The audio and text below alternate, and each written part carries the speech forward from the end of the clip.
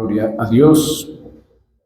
Vamos a abrir la Biblia en el Evangelio de Lucas, capítulo 15, verso 11. Lucas 15, 11. También dijo: un hombre tenía 2 hijos, y el menor de ellos le dijo a su padre: Padre, dame la parte de los bienes que me corresponde. Entonces les repartió los bienes. No muchos días después, juntándolo todo, el hijo menor se fue lejos a una provincia apartada y allí desperdició sus bienes viviendo perdidamente. Señor, te damos gracias, te damos la gloria y la honra a ti. Nos humillamos delante de tu presencia, Señor, que nos permites estar en tu casa un día más. Te damos la gloria a ti, la alabanza, y te pedimos que sigas con nosotros y que a través de tu palabra sigas edificándonos y enseñándonos. En el nombre de Jesús te lo pedimos. Amén. Bueno, lo que acabé de leer es el inicio de la conocida parábola del hijo pródigo, con la cual el Señor quiso dar una serie de enseñanzas que están relacionadas con las 2 parábolas anteriores, la parábola de la moneda perdida y la parábola de la oveja perdida, y hace referencia el Señor mediante estas enseñanzas a la actitud que asume Dios el Padre con sus hijos que en algún momento llegan a apartarse de Él, ¿sí?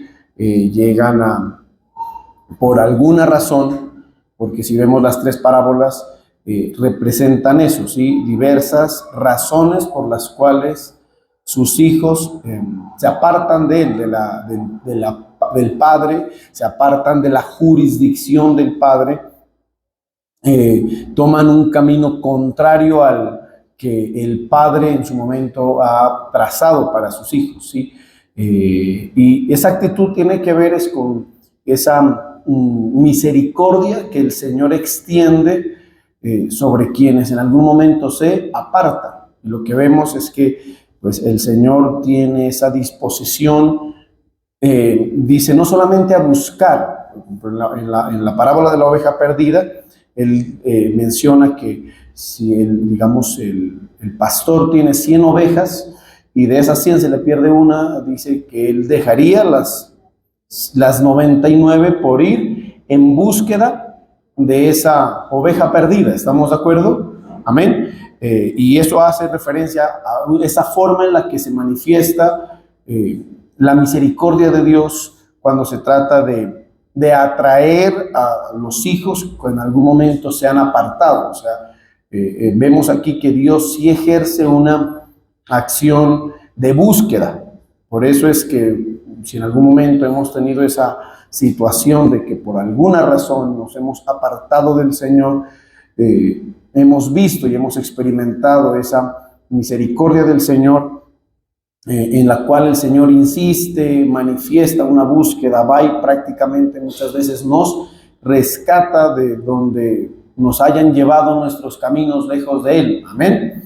En la parábola de la moneda perdida, el Señor habla acerca de que es como una mujer que tiene 10 dracmas y si pierde una, enciende la lámpara y barre toda la casa, dice, y busca con diligencia hasta encontrarla. Ahí también tiene que ver con esa acción que el Señor ejerce. Cuando dice barrer, es como reordenar la vida de las personas con el propósito de que vuelvan a Él. ¿Estoy haciendo entender? ¿Sí o no? Amén. Y eso es lo que también hace el Señor, de forma muy general, porque no me voy a centrar en esas 2 parábolas, sino más bien en la del hijo pródigo.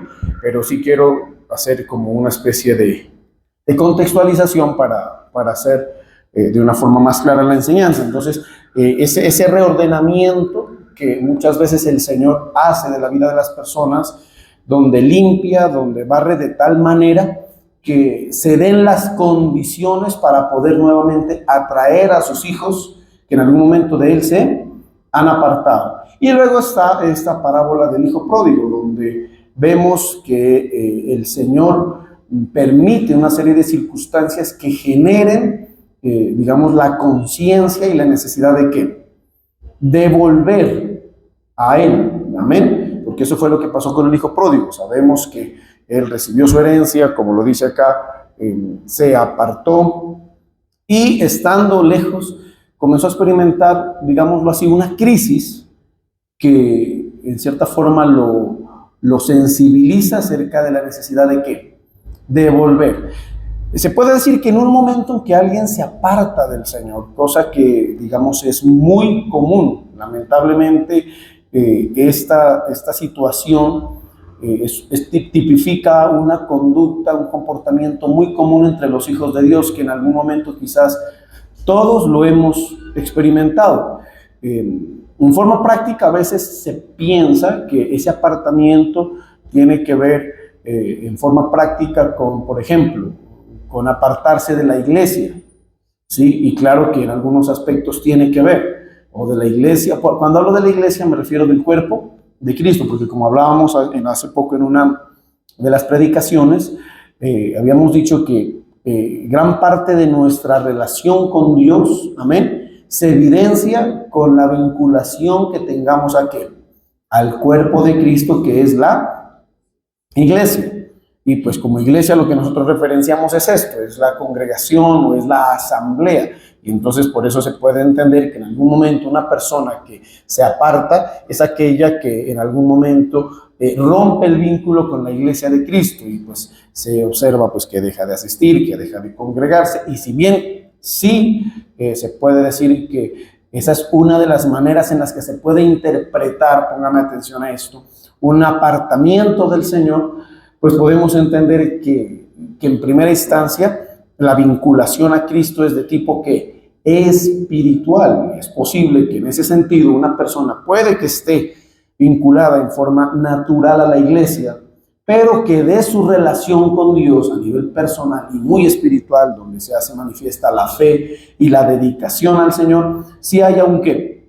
Un apartamiento. ¿Me estoy haciendo entender? Eso, por ejemplo, puedo decirlo que quizás es el caso más frecuente y más común, que quizás en algún momento de nuestras vidas todos hemos experimentado. Yo no puedo decir que no lo he hecho. He tenido momentos en mi vida que aunque no necesariamente me he apartado de la iglesia, puedo decir que mi relación con Dios sí se ha alterado de alguna manera. ¿Me estoy haciendo entender? Amén.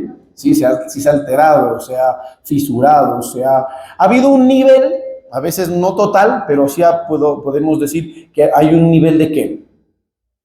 De apartamiento. ¿Me estoy haciendo entender? Eso es como, para poderlo explicar, pongamos de ejemplo una relación conyugal. Hay momentos de la relación conyugal que está el vínculo muy fuerte, muy vivo, hay una comunión, amén. Sí, viven las personas ahí dentro del mismo hogar y ya sabemos todo lo que representa una vida en que en comunión, amén, que digamos todo lo que vive una pareja a nivel conyugal cuando está establecida que la unión, la relación, ¿estamos? Pero también puede darse que a veces hay matrimonios que siguen en la misma casa, pero ya la relación conyugal no existe, pero no hay que comunión, no hay relación. Eso tipifica una forma de apartamiento, donde nuestra relación con el Señor, pese a que quizás tengamos algún nivel de vinculación por razón que sea el cuerpo de Cristo, porque entre otras cosas esto que nosotros conocemos como vida eclesiástica, es posible que se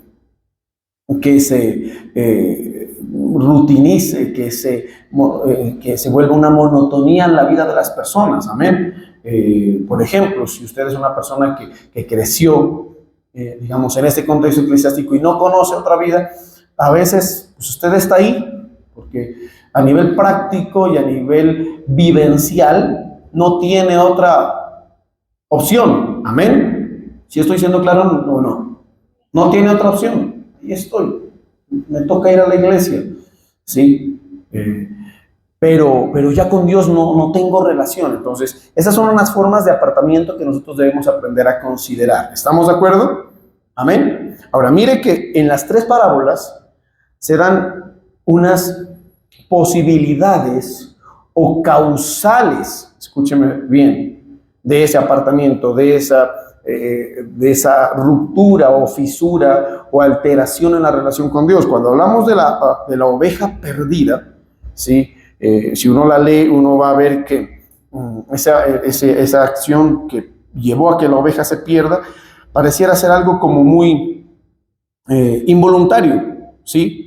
La oveja por alguna razón se extravió, se confundió, cosa que es muy común ver en ese tipo de animalitos. Los animalitos, las ovejas, sí, tienen una vulnerabilidad, póngame atención, muy grande ¿a qué?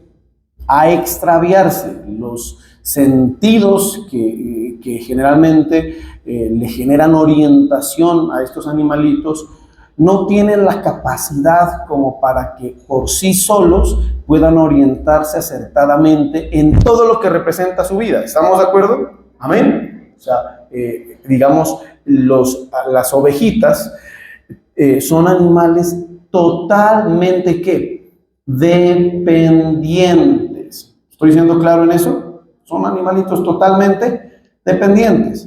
Prácticamente que si el pastor, de quien dependen las ovejas y quien garantiza que la oveja o las ovejas estén dentro de lo que se puede decir el redil, que representa para el contexto que estamos hablando, esa relación, esa cercanía, esa vinculación a Dios, amén, esté y se manifieste, prácticamente es el pastor de las ovejas el que debe guiar todo el asunto, amén. Si a una oveja un pastor por la razón que sea, póngame atención, por la razón que sea, deja de ejercer ese cuidado, la capacidad natural, inclusive instintiva de la oveja es tan vulnerable que aunque no quiera, la verdad es que las ovejas en su condición, amén, así, no tienen esa disposición o esa iniciativa o esa inclinación a apartarse, no es algo que surja de su propia, digámoslo así, iniciativa el apartarse.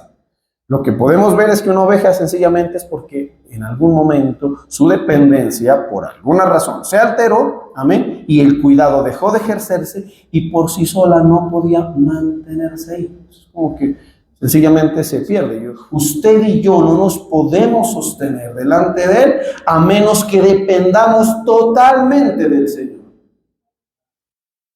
¿Sí? ¿Estamos?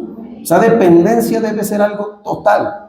Y algo que nosotros lo entendemos y ojo, y la asumimos a través de todas las formas de dependencia. Por eso es que en gran parte de la enseñanza que se imparte constantemente en la iglesia, uno de los propósitos es precisamente tratar de promover que las personas entiendan ese asunto. Amén. La necesidad de depender. Son muchos aspectos los que llevan a eso. Amén. Los que hacen efectiva esa acción de dependencia de parte nuestra como ovejas del Señor, amén, hacia nuestro Señor que es nuestro pastor. Ahí incluye un aspecto bien importante que se los dejo de parte de Dios, de acuerdo a lo que la Biblia dice, la sujeción a los pastores. Factor fundamental para que nuestra vida, pongan atención a esto, amén, nuestra relación con el Señor se mantenga en condiciones firmes, en condiciones estables, y esa vulnerabilidad que tenemos, ¿quiénes? Todos tenemos. Por eso es que la Biblia dice, el que cree estar firme, mire que no caiga. Por ejemplo, eso es algo que generalmente la gente piensa. Yo estoy firme, yo no necesito estar ahí dependiendo, menos sujetándome, ¿no? Yo me paro duro, ¿sí? Usted no sabe quién soy yo. Yo le digo, a la luz de la palabra, esto es una ovejita. Y la Biblia dice, ovejas de su mano, dice. Amén. Eso significa la necesidad de estar ahí. Entonces ese nivel de dependencia es importantísimo, porque si rompemos las formas de dependencia, y mire que realmente el Señor me está guiando por otro lado con respecto al tema, si rompemos esas formas de dependencia, póngame atención a esto, la vulnerabilidad al apartarse es, mejor dicho, total. Total. Usted no podrá decir que no, lo que pasa es que como oveja se puede ver dentro del redil y ve a las demás y se ve como segura, tranquila, ve a las demás y piensa que estar en el redil Es un asunto que depende totalmente de su iniciativa. Por eso es que a veces la gente dice, no, es que yo voy a la iglesia cuando yo quiero. Te podría decir que no es así. Tú estás aquí porque el mismo Señor en su acción pastoral sobre tu vida y extendiendo su misericordia te ha guiado. Por eso la Biblia dice, el Señor es mi pastor, nada me faltará. ¿Y qué dice? Y Él es el que me guía. Amén. Me guiará a los delicados pastos. Este lugar es un lugar de delicados pastos, donde usted viene y se alimenta. Y aquí, aunque usted no se dé cuenta, quien lo guía es el Señor. Y por eso es que seamos honestos. ¿Cuántos de nosotros no hemos tenido muchas veces una iniciativa diferente al simple asistir a la iglesia, al simple acto de asistir a la iglesia? Yo quiero otra cosa. Y de repente, en forma muy misericordiosa, en que si tú te des cuenta, es el Señor en su amor quien va por ti. Eso es una acción muy espiritual, donde el Espíritu Santo ejerce mucho esa función de ir, de redarguir, de poner la necesidad, de atraernos. La Biblia dice, con lazos de amor. Amén. Y por eso estamos acá, porque sin esa dependencia la vulnerabilidad es grandísima. Amén. Y el que nos sostiene es Él.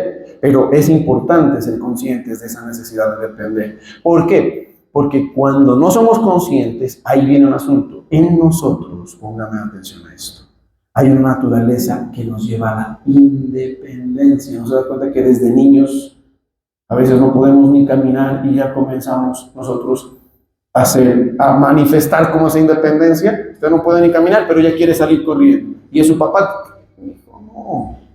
Así dice a lo siguiente en la primera experiencia, en el verso 4, donde describe la parábola de la oveja perdida, dice, ¿qué hombre de vosotros teniendo 100 ovejas se pierde? Y si se pierde una de ellas, ¿no deja las 99 en el desierto y va tras la que se perdió hasta encontrarla? Sí, ahora, si hasta encontrarla, es un asunto que puede volverse muy arduo. Amén. Que va por los apriscos, significa a veces que nos encuentra en lugares que pueden representar para nosotros un nivel de peligro muy grande a nivel espiritual y aún a nivel natural. ¿A cuántos el Señor no nos ha rescatado? Por esa inclinación de independizarnos de Él, de apartarnos de Él, de caer en una forma de vida que a nivel espiritual y a nivel natural es prácticamente ¿cómo lo podemos llamar? Un despeñadero. Amén. ¿Sí o no? Es un despeñadero. Bueno, a mí, a nivel personal como pastor, me ha tocado ver esa acción del Señor en personas a las cuales el Señor en forma muy misericordiosa, las alcanzó así, de un despeñadero en sus vidas. Que si el Señor no los atraía nuevamente o no los alcanzaba, sus vidas iban directo al abismo. A nivel espiritual, y le digo, y aún a nivel natural. ¿Sí? Por eso es que muchos de nosotros, cuando el Señor nos alcanza nuevamente, ¿sí? Nos alcanza en la crisis, nos alcanza en bueno, usted ya sabe. Por eso es que hay que reconocer esto como un factor de cierta seguridad para nosotros. La dependencia de Dios y todas sus formas de hacerla manifiesta es una forma de mantenernos seguros. Las 99, ¿por qué el Señor, digámoslo así, tuvo la confianza de dejarlas ahí mientras iba por las 99? ¿Por qué? Porque el redil, el lugar donde las tenía ahí vinculadas, ¿qué representaba para esas 99? Seguridad. Estar en el redil. El redil representa no solamente la iglesia, no se confunda. El redil representa la relación con Él. Amén. Una relación verdadera, una relación en común con Dios, una dedicación, no le busquemos tanto término, una relación verdadera con Él. Eso representa estar dentro del redil. ¿Y qué significa o qué significó para los 99? Seguridad, tranquilas. Ustedes están ahí, seguras, están ahí en el redil, están en el corral. Ahí no hay problema, nadie las puede tocar. El problema es esa que anda suelta, esa que ya ni ora, esa que no busca en la palabra, esa con la cual ya no me veo hace fechas, aunque va a la iglesia, pero va por cualquier cosa, no va conmigo. Ese es el problema. Ella es la que está en peligro y por esa es la que el Señor va. Porque esa es la que está vulnerable. Y esa es muchas veces nuestra vida. ¿Estamos de acuerdo? ¿Y qué busca el Señor? Digamos con esa búsqueda. Volver a traerte a Él. ¿Y qué es lo que permite esa permanencia nuevamente? Que vuelvas a depender. Que vuelvas a recibir el cuidado. Sí, esos cuidados del pastor, que en este caso es el Señor Jesucristo. ¿Estamos? La otra opción es la mujer que tiene 10 dracmas, dice, y si pierde una dracma, no enciende la lámpara y barre la casa y busca con diligencia hasta encontrarla. Esto, ¿qué generó? Y esto es bien, hay que ponerle mucha atención. ¿Qué generó la pérdida de la dracma? Que en este caso representa a cualquiera de nosotros, en nuestra relación con Dios. Dice que tiene que barrer la casa. Y eso significa que en la vida de las personas había muchas cosas en desorden, cuando se habla de que hay algo que tiene que ser barrido, significa que algo estaba sucio, que algo estaba contaminado, que algo estaba desordenando la vida de las personas.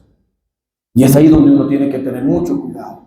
Por eso es que el Señor le dijo un día a Marta, Marta, Marta, afanada y turbada estás con muchas cosas. Y esa turbación, ese desorden en el que estaba Marta, ¿a dónde la llevó? En ese preciso momento donde se requería que ella esté a los pies de Jesús, cerca de Jesús. ¿A qué la llevó? A irse, a apartarse. No estuvo donde debía estar, estaba lejos del Señor.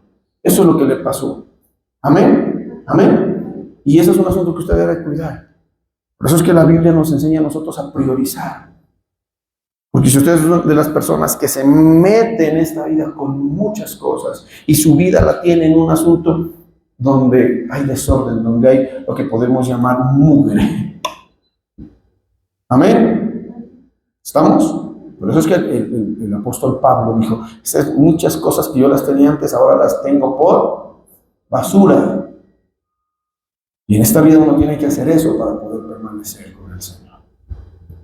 Yo no sé de qué tantas cosas tú tengas que limpiarte y el mismo Señor tenga que limpiar, porque aquí vemos es que es la mujer la que perdió el dracma, la que tiene que limpiar para poder encontrar y rescatar esa dracma que se había perdido. Por eso el trato del Señor en nuestra vida, y usted no se debe, ojalá, oponer en ese sentido. Usted nos ha dado cuenta que hay personas que a veces defienden y se aferran a su desorden, a lo sucio, ¿sí? El trato del Señor en la vida de sus hijos para conservar, para fortalecer la relación, incluye muchas veces lo que podemos llamar así, esa acción de barrido, de quitar, de limpiar, de despejar la vida de las personas para que las personas puedan estar en el lugar donde deben estar y no se extravíen. Las muchas cosas hacen que la gente se extravíe.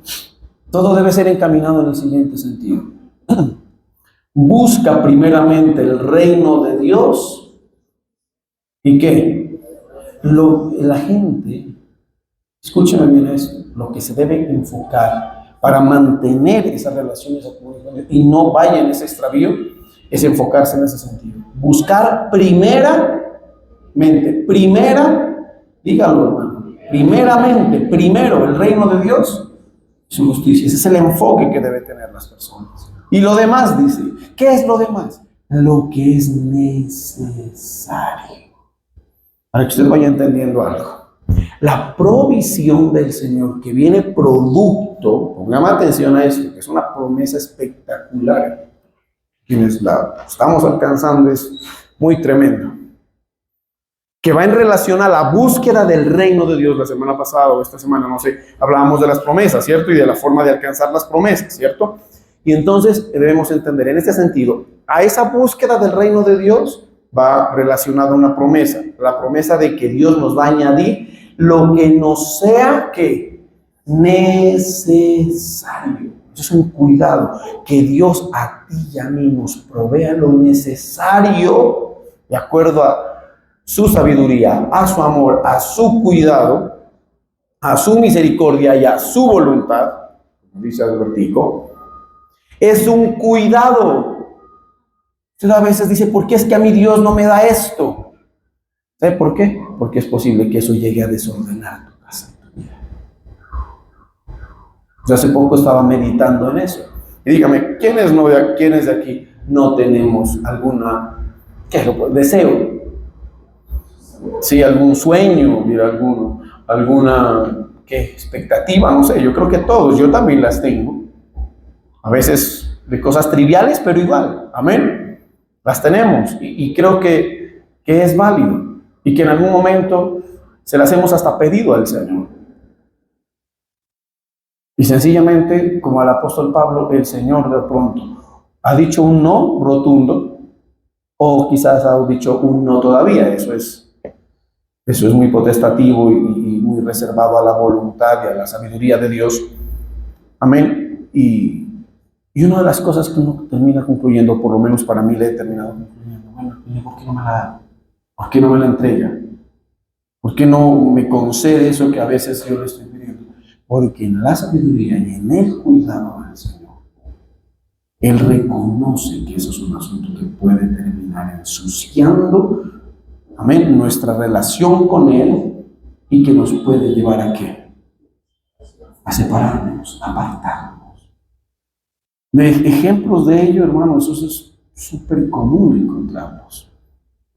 Uno que ya lleva tiempo en esto, se ha dado cuenta a veces por qué la gente se aparta. Y gloria a Dios que a uno no le ha tocado. Yo he visto personas que se apartan porque Dios les dio un carro. Cuando no tenían carro, será porque no podían ir a ninguna otra parte, que venían a la iglesia. Sí, y es de verdad, usted ahorita se ríe y menea la cabeza diciendo, ¿cómo? A mí me ha tocado vivirlo, hermano, con ovejas del Señor. Es así, hermano. Hay basura que Dios tiene que a veces barrerla. Y si Dios está quitando cosas de tu vida, es por una buena causa. ¿Es por cuál? Es por encontrarte, por atraerte hacia Él nuevamente. Gracias a Dios por ese trabajo que te quitó, porque ese trabajo te generó la sensación de que tenías que volver. Por ese trabajo que se te perdiste, volviste a orar. Por ese trabajo que perdiste, el Señor te tiene hoy postrado. Amén. Entonces dice acá, no enciende la lámpara. Primero lo que hace el Señor es encender la lámpara. ¿Qué es encender la lámpara? Encender la luz, darte entendimiento. Amén. La idea con todo ese trato del Señor es que tú ¿qué? ¿Que tú qué? Entiendas. ¿Qué problema que es? Que a veces el Señor está haciendo eso y la gente hace un momento. No entiende que este es el asunto. Compréndelo. Que eso es lo que busca el Señor. Te está encendiendo la lámpara y luego barre la casa y busca ¿con qué? Y la busca con diligencia hasta, a veces el Señor es así. La misericordia del Señor es algo que a veces nosotros no podemos medir. Lo que sí podemos decir es que la misericordia del Señor es muy grande. Y en esa extensión de la misericordia, a veces el Señor se vuelve insistente. Amén. Y a veces insistimos nosotros en ir en un camino diferente, porque hemos roto la dependencia, porque hemos contaminado tanto nuestra relación con Él y nos hemos adaptado tanto a esa vida sin Él, que llevamos a que el Señor se vuelva muy... Si su misericordia es grande y su propósito con nosotros, escúcheme bien, eso son los aspectos que pueden ir determinando el nivel hasta donde la misericordia del Señor se pueda extender. Lo pueden llevar a que el Señor sea insistente contigo. No se sabe hasta dónde. A Jonás fue muy insistente. Hasta que el tipo no se dio cuenta de que se estaba apartando del Señor, pues el Señor, ya sabemos, llegó al punto de quitarle hasta la propia vida. Por eso es que a veces es importante, a la luz de la enseñanza, mire, una enseñanza como estas, ¿sabe qué significa o qué representa? Encender la lámpara. Podría decirle yo, para algunos de ustedes, a través de una palabra como esta, el Señor le está encendiendo la lámpara. Se la está prendiendo. Amén. A veces, cuando uno pierde algo, aunque haya mucho desorden, amén, solamente fue necesario que encender la lámpara y la luz fue suficiente para identificar dónde estaba. Ya ahí estaba, en medio del caos, pero ahí estaba. A veces la lámpara no es suficiente. Ahí que comienza el trato. Vamos a barrer, vamos a quitarle, vamos a limpiar allanar su camino. para que su camino y sus pies se conduzcan a ese poder de conocerse. Y el Señor ahí te está cuidando. Ahora viene, y ya para terminar, viene la cuestión el verso que el Señor me había permitido escoger. La otra opción. El primero fue, ¿por qué? Porque rompió la dependencia. El otro, porque permitiste que a tu vida llegaran cosas que ensuciaran tu relación con Dios. Y acá viene la del hijo pródigo, que esa es un asunto que debemos ponerle mucha atención. Dice, un hombre tenía 2 hijos, y el menor de ellos, ¿quién? Diga el menor. El menor representa un hijo que tal vez no estaba en condiciones de madurez, de sensatez para tomar la decisión que tomó. Porque vamos a leer, dice, el menor de ellos le dijo a su padre, padre, dame la parte de los bienes que me corresponde. Y el padre le repartió, vamos a mirar esto, digamos, en la cultura judía, el asunto de la herencia era algo muy potestativo. ¿De quién? Del padre. Y generalmente, ¿sí?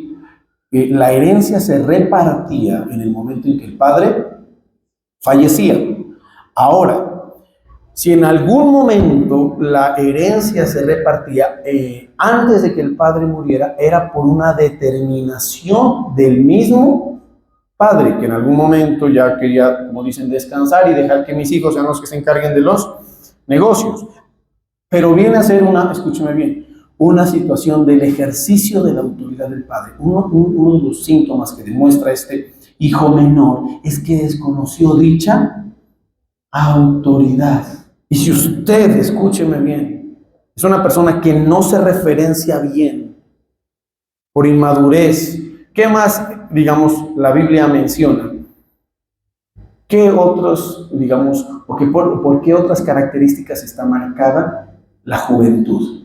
La Biblia dice, insensatez, inmadurez, también dice imprudencia. Y si por esos factores usted desconoce la autoridad de Dios sobre su vida, eso le puede llevar a tomar una decisión incorrecta. Y claro, sabemos que un padre es potestativo, digamos, en el sentido más tradicional, se podría decir, el padre no le hubiese dado en condiciones normales, el padre no le hubiese dado la herencia. De hecho, usted, porque la Biblia dice, ¿no?, que a los hijos el padre los pone bajo el cuidado de tutores y curadores hasta que lo vea ya maduro para darle la herencia. En este caso, ¿por qué el padre sí accedió a entregarle la herencia? ¿Por qué? Porque la autoridad de Dios es algo que tú reconoces en forma voluntaria, por la sensatez, por la madurez, por la fe que tengas delante del Señor. La autoridad de Dios es algo absoluto, amén, pero es algo que Dios nunca te va a imponer, porque Él nos da libre albedrío. Y es por eso que aquí el Señor te guía, te allana el camino, te dirige, pero todo va a quedar también en tu decisión. ¿Vuelves o no vuelves? Si quieres, el Señor te da la potestad y te da la herencia. Significa las posibilidades.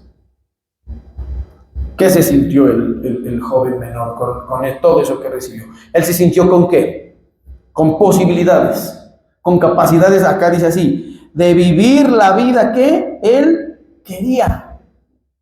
Amén, amén. La herencia que el Señor le entregó, mi hermano, póngame atención a esto, a este jovencito, representa son las posibilidades. ¿Usted tiene posibilidades?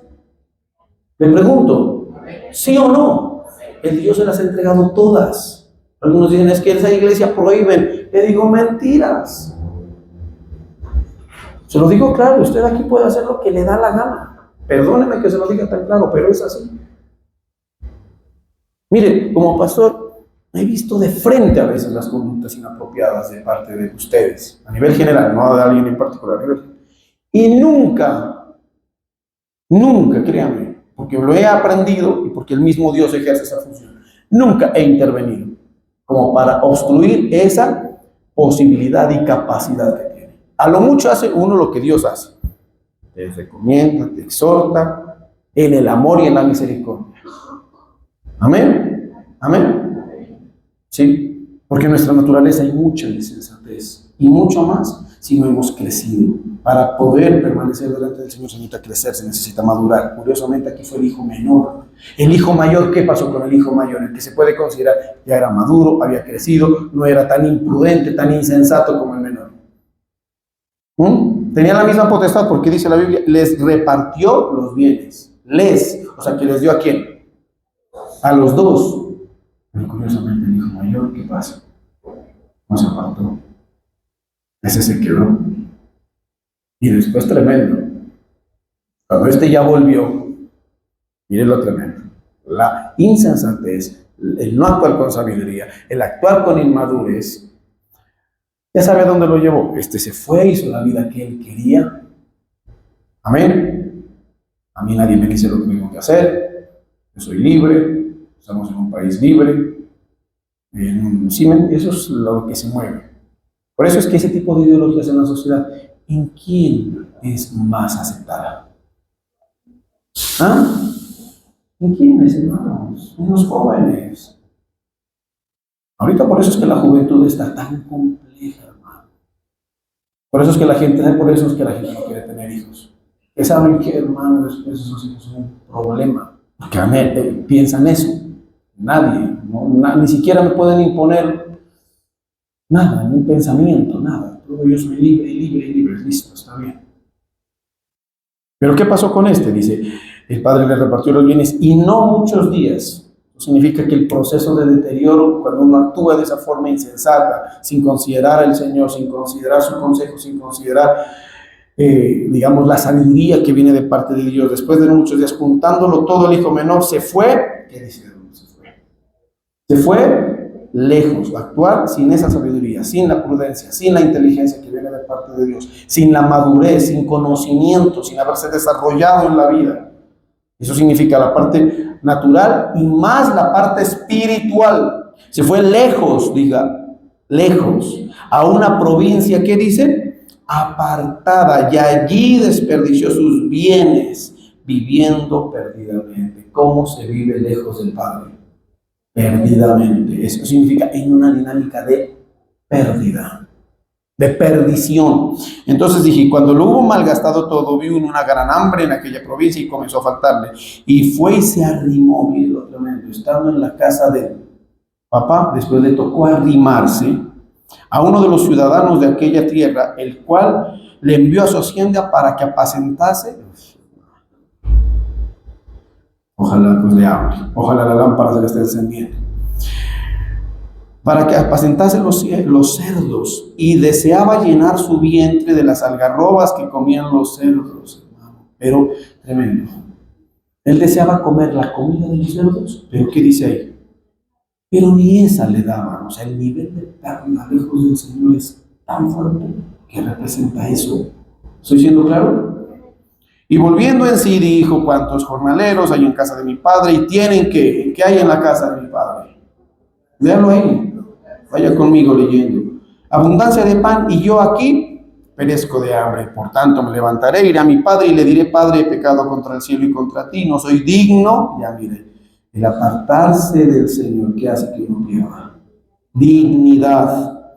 Sí, de ser llamado tu hijo, hazme como uno de tus jornaleros. Entonces ya sabemos la misericordia del Señor. Aquí eso es un punto que quiero dejar claro. Levantándose vino a su padre y cuando aún estaba lejos lo vio su padre y fue movido a siempre el Señor. Cuando un hijo vuelve, mejor dicho, el Señor siempre va a tener los brazos abiertos por su misericordia. Amén. Esa es una actitud que nosotros como iglesia tenemos que tener muy en cuenta, porque a veces la iglesia, los brazos del Padre bien abiertos, pero los de la iglesia bien cerrados. No. La iglesia debe tener los brazos bien abiertos. Amén. Y fue movido a misericordia y corrió y se echó sobre su cuello y le besó. Y él le dijo, Padre, pecado. Bueno, ya sabemos, el padre le dijo a sus siervos, sacar el mejor vestido y vestirle. Mire, cuando él volvió, el Señor, ¿qué hace? Le devuelve la dignidad y vestirle y poned un anillo en su mano y calzado en los pies. Antes estaba comiendo entre los cerdos y ni eso le daban. Y cuando llegó donde el padre, dijo, traed el becerro gordo y matadlo y comamos y hagamos fiesta, porque mi hijo muerto era y ha revivido y se había perdido y es hallado. Y comenzaron a regocijarse. Miren el proceso de volver al padre. Y luego dijo, y su hijo mayor estaba en el campo y cuando vino y llegó a la casa, oyó la música y las danzas y llamando a uno de sus criados le preguntó qué pasó. Él le dijo, tu hermano ha venido y tu padre ha hecho matar el becerro gordo por haberle recibido bueno y sano. Entonces se enojó. Ese es un asunto, pues, digámoslo así, que no debió ser este muchacho. Si bien era un poco más maduro, pues le faltaba un poquito entender al padre. Pero bueno, pero vamos a lo que quiero resaltar y con eso terminamos. Le dijo, entonces se enojó y quería entrar y salió por tanto su padre y le rogaba que entrase. Mas él respondiendo dijo al padre, aquí tantos años te sirvo. Una vez piensa que el servicio del Señor ha sido en vano. Años tantos te sirvo y no habiéndose desobedecido jamás. Y nunca me has dado ni un cabrito para gozarme con mis amigos. Y es lo que el Señor está hablando, hermanos. Pero cuando tu hijo, que ha consumido tus bienes con rameras, ha hecho matar el becerro gordo, entonces él le dijo, hijo, es como no seas, a ver, venga, le aclaro las cosas, hijo.